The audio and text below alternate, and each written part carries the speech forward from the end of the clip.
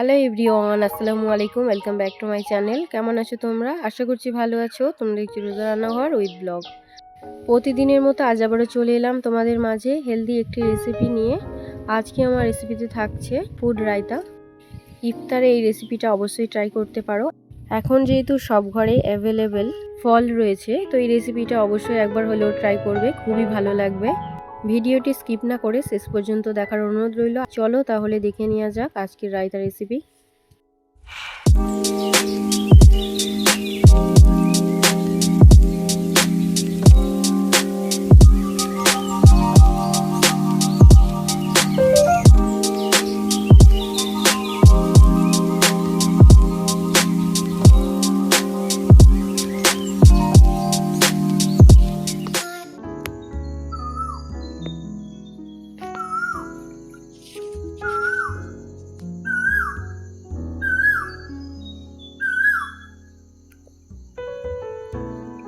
চলো তাহলে এবারে শুরু করা যাক রায়তার রেসিপি।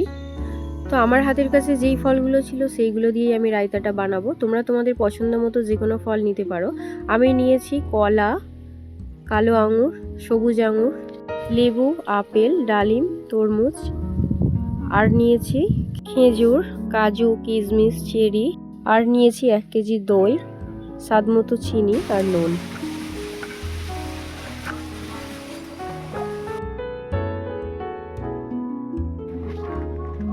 ফলগুলো সব ধুয়ে নিয়ে একে একে কেটে নেব।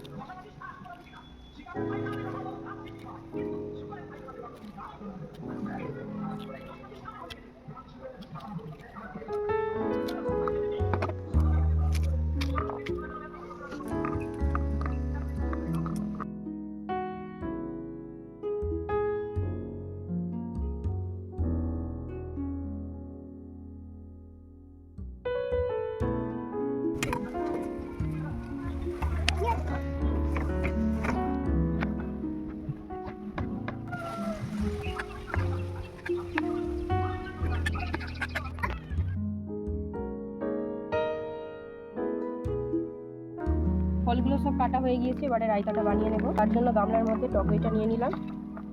টক দইয়ের মধ্যে দিয়ে দিচ্ছি চিনি। যেহেতু ফলগুলো মিষ্টি তার জন্য অল্প একটু দিচ্ছি। তোমরা যেমন মিষ্টি খেতে ভালোবাসো সেই বুঝে নিয়ে নেবে। দিয়ে দিলাম বিট নুন আর নুন। এবারে ভালো করে দইটাকে ফেটিয়ে নেব। এবারে দিয়ে দেব কুচিয়ে রাখা ফলগুলো।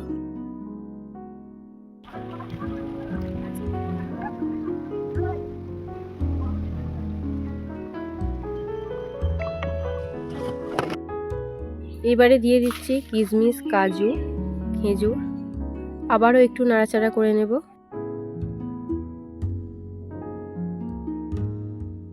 ফুড রায়তা বানানো হয়ে গিয়েছে, এবারে বাটিতে তুলে নেব।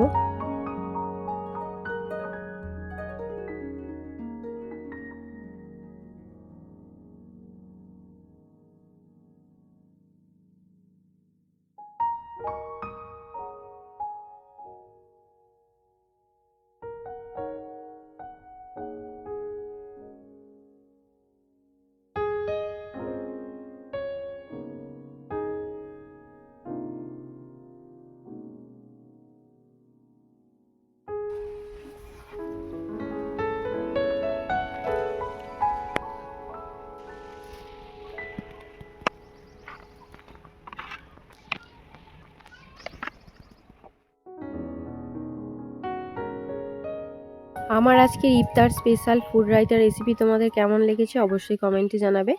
যদি ভালো লেগে থাকে বন্ধুদের সঙ্গে শেয়ার করো। দেখা হচ্ছে আবারও নেক্সট অন্য কোনো রেসিপির সাথে। ভালো থেকো, সুস্থ থেকো, পরিবারের খেয়াল রেখো। বাই, আল্লাহ হাফেজ।